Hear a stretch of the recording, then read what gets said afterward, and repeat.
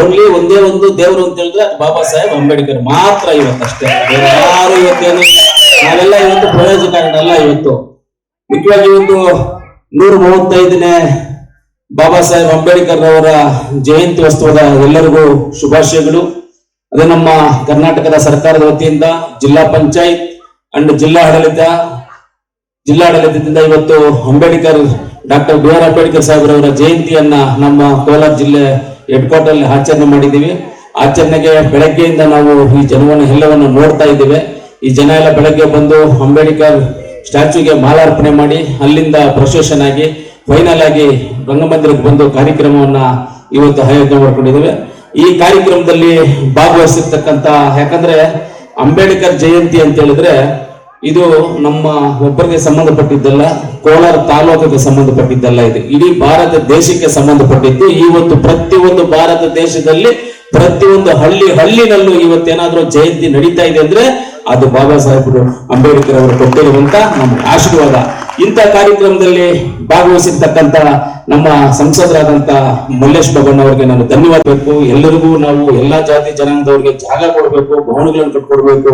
ಮುಂದಿನ ದಿನಗಳಲ್ಲಿ ಜಾಗ ಸಿಗೋದಿಲ್ಲ ಅಂತ ಒಂದು ಮುಂದಿನ ಆಲೋಚನೆ ಇಟ್ಕೊಂಡು ಮಾಡ್ತಾರೆ ನಮ್ಮ ಅನಿಲಣ್ಣನವರಿಗೆ ನಾನು ಧನ್ಯವಾದಗಳನ್ನು ತಿಳಿಸ್ತೀನಿ.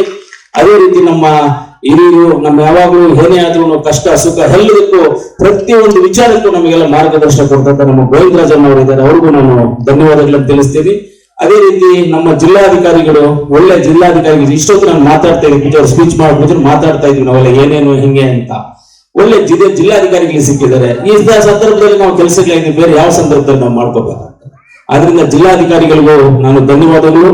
ನಮ್ಮ SP ಮೇಡಮ್ ಇದ್ದಾರೆ, ಅವ್ರಿಗೂ ನಾನು ಧನ್ಯವಾದಗಳನ್ನು ತಿಳಿಸ್ತೀನಿ. ADC ಅವರು, AC ಅವರು, ಅದೇ ರೀತಿ ನಮ್ಮ ಹಿರಿಯರಾದಂತಹ ಚಂದ್ರಶೇಖರನ್ ಅವರು ಇದ್ದಾರೆ, ನಮ್ಮ DPS ಮುಂಡರಾಜನ್ ಅವರು ಇದ್ದಾರೆ, ನಮ್ಮ ನಗರಸಭೆ ಅಧ್ಯಕ್ಷರು ಮಾಜಿ ಅಧ್ಯಕ್ಷರು ಲಕ್ಷ್ಮೀದೇವಪ್ಪನವರು ಇದ್ದಾರೆ, ರಾಮಪ್ರಸಾದ್ ಅವರು ಇದ್ದಾರೆ. ಹಾಗೆ ಎಲ್ಲ ನಮ್ಮ ಹಿಂದುಗಡೆ ನಮ್ಮ ಪಂಡಿತ್ ಮುನಿಯಂಟಪ್ಪ ನಾಯಕರು ಹೋರಾಟಗಾರರು, ಎಲ್ಲ ಹೋರಾಟಗಾರರು ಇದ್ದಾರೆ. ಎಲ್ಲರೂ ಲೈನ್ ಆಗಿ ಎಲ್ಲ ಹೋರಾಟ ಮುನಿಯಂಟರಿಂದ ಹಿಡ್ಕೊಂಡು ಲಾಸ್ಟ್ ವರೆಗೂ ಎಲ್ಲ ಹೋರಾಟಗಾರರು ಇದೆ, ಎಲ್ಲ ಸಂಘ ಸಂಸ್ಥೆ ಇದ್ದೀರಾ, ಪತ್ರಕರ್ತರು ಇದ್ದೀರಾ, ಮಾಧ್ಯಮ ಮಿತ್ರರು, ಎಲ್ಲರಿಗೂ ಧನ್ಯವಾದ. ಎಲ್ಲರೂ ಎಲ್ಲವನ್ನು ಮಾತಾಡಿದ್ದಾರೆ. ನಾನೇನು ಜಾಸ್ತಿ ಮಾತಾಡಕ್ ಹೋಗಿದ್ರೆ ಶಾರ್ಟ್ ಆಗಿ ಮುಗಿಸ್ಬಿಡ್ತೀನಿ. ಇವತ್ತು ಭಾರತ ದೇಶದಲ್ಲಿ ನಾನು ಬೆಳಗ್ಗೆ ನಿನ್ನೆ ಮಾತಾಡುವಾಗ ಹೇಳಿದೆ, ಇವತ್ತು ಭಾರತ ದೇಶದಲ್ಲಿ ನಾವೇನಾದ್ರೂ ಫ್ರೀಯಾಗಿ ಓಡಾಡ್ತಾ ಇದೀವಿ, ಫ್ರೀಯಾಗಿದ್ದೀವಿ, ಒಳ್ಳೆಯರಾಗಿದ್ದೀವಿ, ಕಾರಲ್ಲಿ ಓಡಾಡ್ತಾ ಇದೀವಿ, ಗಾಡಿಯಲ್ಲಿ ಓಡಾಡ್ತಾ ಇದೀವಿ, ಒಳ್ಳೆ ಬಟ್ಟೆಗಳು ಹಾಕಿದೀವಿ, ಚೆನ್ನಾಗಿದ್ದೀವಿ, ನಾವೆಲ್ಲ ಒಳ್ಳೆ ವಿದ್ಯಾಭ್ಯಾಸ ತಗೊಳ್ತಾ ಇದೀವಿ, ಒಳ್ಳೆ ಗಾಳಿ ತಗೊಳ್ತಾ ಇದೀವಿ, ಒಳ್ಳೆ ನೀರು ತಗೊಳ್ತಾ ಇದೀವಿ, ಒಳ್ಳೆ ಬೆಳಕು ತಗೊಳ್ತಾ ಇದೀವಿ, ಒಳ್ಳೆ ಕತ್ತಲನ್ನು ತಗೊಳ್ತಾ ಇದೀವಿ ಅಂದ್ರೆ ಅದೆಲ್ಲದಕ್ಕೂ ಕಾರಣ ಒಂದೇ ಒಂದು ಮನುಷ್ಯನ ರೂಪದಲ್ಲಿ ಇರ್ತಕ್ಕಂಥ ದೇವರು ಬಾಬಾ ಸಾಹೇಬ್ ಅಂಬೇಡ್ಕರ್ ಒಬ್ಬರು ಮಾತ್ರ. ಇವತ್ತು ಒಂದು ಟೀಚರ್ಗೆ ಒಂದು ಹುಡುಗನ ತಗೊಂಡೋಗಿ ಶಾಲೆಗೆ ಸೇರಿಸಿದಾಗ ಆ ಟೀಚರ್ ಆ ಹುಡುಗನನ್ನ ನೋಡಿ ಆ ಹುಡುಗನ ಹೃದಯವನ್ನ ಕೆತ್ತನೆ ಮಾಡಿ ಆತನ ವಿದ್ಯಾವಂತನಾಗಿ ಮಾಡಿ ಆಚೆ ಕಳಿಸ್ತಾರೆ. ನಮ್ಮ ಶಿವಾರ ಪಟ್ಟಣಕ್ಕೆ ಒಂದು ಕಲ್ಲು ತಗೊಂಡೋಗಿ ಕೊಟ್ರೆ ಯಾವ ರೀತಿ ಇರಬೇಕು, ನಿಮಗೆ ವಿಗ್ರಹವನ್ನು ಕೆತ್ತನೆ ಮಾಡಬೇಕು, ಆ ಕಲ್ಲನ್ನು ಕೊಟ್ರೆ ವಿಗ್ರಹವನ್ನ ಕೆತ್ತಿ ಕೊಡ್ತಾರೆ. ಆದ್ರೆ ಬಾಬಾ ಸಾಹೇಬ್ ಅಂಬೇಡ್ಕರ್ ಅವರಿಗೆ ಏನು ಕೊಡದೆ ಈ ದೇಶಕ್ಕೆ ಸಂವಿಧಾನವನ್ನ ಕೆತ್ತನೆ ಮಾಡಿ ಕೊಟ್ಟಿರುವಂತದ್ದು ತುಂಬಾ ಉತ್ತಮವಾದ್ದು. ಏನೂ ಇಲ್ಲ, ಏನಿತ್ತು ಸ್ವಾತಂತ್ರ್ಯ ಬಂದಾಗ ನಮ್ಗೆ ಏನಿತ್ತು? ಏನೂ ಇಲ್ಲ, ಯಾರು ಐಡಿಯಾ ಇಲ್ಲ, ಏನೂ ಇಲ್ಲ. ಏನ್ ಡಾಕ್ಯುಮೆಂಟ್ಸ್ ಕೊಟ್ರೆ ನೀವು ಇದನ್ನ ಬರೀರಿ, ಇದನ್ನ ಮಾಡ್ರಿ ಅಂತ? ಏನೂ ಇಲ್ಲ. ನಮ್ಮ ದೇಶವನ್ನ ರಕ್ಷಣೆ ಮಾಡಕ್ಕೆ, ನಮ್ಮ ದೇಶ ಯಾವ ರೀತಿಯಲ್ಲಿ ಮುಂದಕ್ಕೆ ನಡ್ಕೊಂಡು ಹೋಗ್ಬೇಕು, ಶೈಕ್ಷಣಿಕವಾಗಿ ಹಾಸ್ಪಿಟಾಲಿಟಿ ಆಗ್ಬೋದು, ರಾಜಕೀಯವಾಗಿ ಆಗ್ಬೋದು, ಎಲ್ಲ ರೀತಿಯಲ್ಲಿ ದೇಶನ ಯಾವ ರೀತಿಯಲ್ಲಿ ಕಟ್ಟಬೇಕು, ಒಂದು ರೈಲ್ವೆ ರೋಡ್ ಮಾಡ್ಬೇಕಾದ್ರೆ ಹೈವೇ ಮಾಡ್ಬೇಕಂದ್ರೆ ಹೆಂಗ್ ಮಾಡ್ಬೇಕು, ಈ ದೇಶದಲ್ಲಿ ಇವತ್ತೇನಾದ್ರು ಗಾಳಿ ಬೆಳಕು ನೀರು ಎಲ್ಲವನ್ನು ನಾವು ತಗೊಳ್ತಾ ಇದೀವಿ ಅಂದ್ರೆ ಏನು ಕೊಡದೆ ಟೀಚರ್ಗೆ ಒಂದು ಮಗುನ್ ಕೊಟ್ರೆ ತಿಂತಾರೆ, ಶಿಲ್ಪಿ ಕೆತ್ತನೆ ಮಾಡೋ ಕಲ್ಲೆತ್ಕೊಳಕ್ ಕೊಟ್ರೆ ಅದನ್ನ ಶಿಲ್ಪಿ ಮಾಡ್ಕೊಡ್ತಾರೆ. ಆದ್ರೆ ಬಾಬಾ ಸಾಹೇಬ್ ಅಂಬೇಡ್ಕರ್ ಕೈಯಲ್ಲಿ ಏನ್ ಕೊಟ್ರು?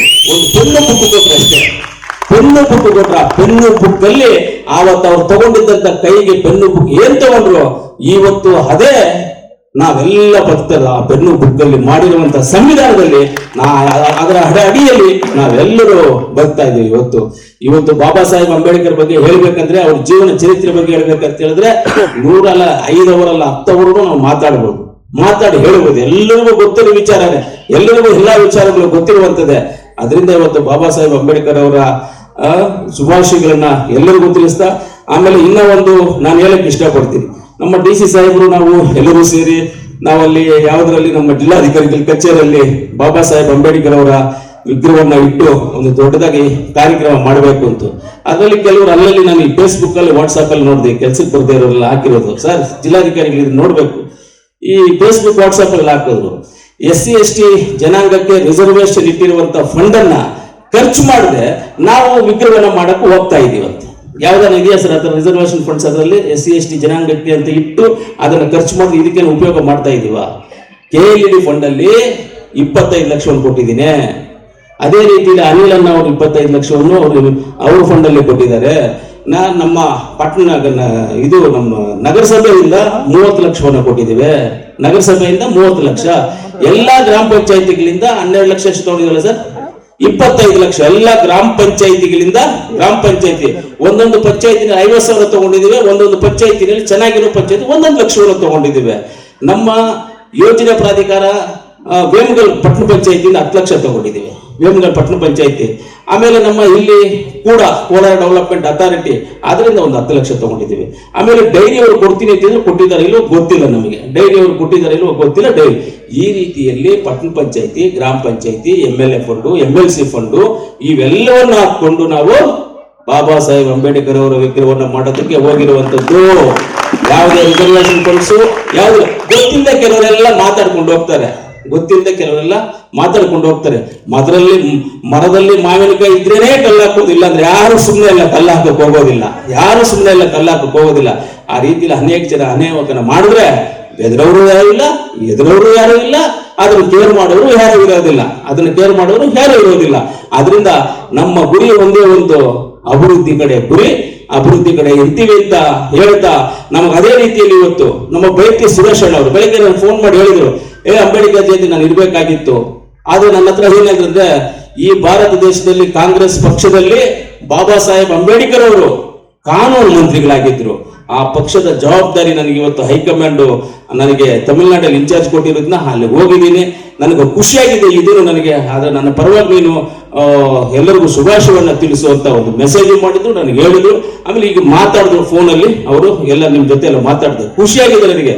ಸುರೇಶ್ ಅಣ್ಣ ಅವರು ನಮಗೆ ಅತಿ ಹೆಚ್ಚು ಅಭಿವೃದ್ಧಿಗೋಸ್ಕರ ನಮ್ಮ ಜೊತೆಯಲ್ಲಿ ಬೆನ್ನು ತಟ್ಟಿ ನಿಂತಿದ್ದಾರೆ. ಖಂಡಿತವಾಗ್ಲೂ ನಾವು ಅಭಿವೃದ್ಧಿ ಕಡೆ ಯಾವುದೇ ರೀತಿ ಹಿಂದೆ ಹೋಗೋದಂತಲ್ಲ, ಖಂಡಿತವಾಗ್ಲೂ ಅಭಿವೃದ್ಧಿ ಮಾಡ್ತೀವಿ. ಯಾರು 100 ಜನ ಹೇಳ್ಕೊಂಡು ನಾವು ಕೇಳ್ಕೊಳ್ಳೋರೇ ಅಲ್ಲ. ನಮ್ಮ ಕಡೆ ನಮ್ಮನೆ ನಡೆ ಏನಾದ್ರು ಇದ್ರೆ ಅಭಿವೃದ್ಧಿ ಕಡೆ ಅಂತ ಹೇಳ್ತಾ ಇಷ್ಟೊಂದು ಕಾರ್ಯಕ್ರಮ ಅದ್ದೂರಿಯಾಗಿ ಮಾಡಿರ್ತಕ್ಕಂಥ ನಮ್ಮ JD ಶ್ರೀನಿವಾಸ್ ಅವರಿಗೆ, ಎಲ್ಲ ದಲಿತ ಪರ ಸಂಘಟನೆಗಳು, ದಲಿತ ಪರ ಹೋರಾಟಗಾರರು, ನಮ್ಮ ನಗರಸಭೆ ಸದಸ್ಯರು, ಎಲ್ಲ ನಮ್ಮ ಮಾಮೂಲಿ ನಗರಸಭೆ ಸದಸ್ಯರು, ಎಲ್ಲರೂ ಇರ್ತಕ್ಕಂಥ ಮುಖ್ಯ ಎಲ್ಲರೂ ನಾವು ಇವತ್ತು ಅಂಬೇಡ್ಕರ್ ಅವರ ಜಯಂತಿ ಆಚರಣೆ ಮಾಡಿ ನಿಮ್ಮೆಲ್ಲರಿಗೂ ನಾನು ಧನ್ಯವಾದ ತಿಳಿಸಿ, ಅವರ ಆಶೀರ್ವಾದ, ಅವರು ಪ್ರೀತಿ, ವಿಶ್ವಾಸ ಯಾವ ರೀತಿ ಎಲ್ಲರ ಮೇಲೆ ಮೊದಲು ಇತ್ತು, ಈಗಲೂ ನಮ್ಮ ಮೇಲೆ ಇರುತ್ತೆ. ಅವ್ರು ನಂಬ್ಕೊಂಡು ಹೋದ್ರೆ ನಾವು ಕಲ್ಲು ಮುಟ್ಕೊಂಡು ಚಿನ್ನ ಆಗುತ್ತೆ ಅಂತ ನಾನು ಹೇಳ್ತಾ ನನ್ನ ಮಾತನ್ನ ಮುಗಿಸ್ತೀನಿ. ಜೈ ಹಿಂದ್.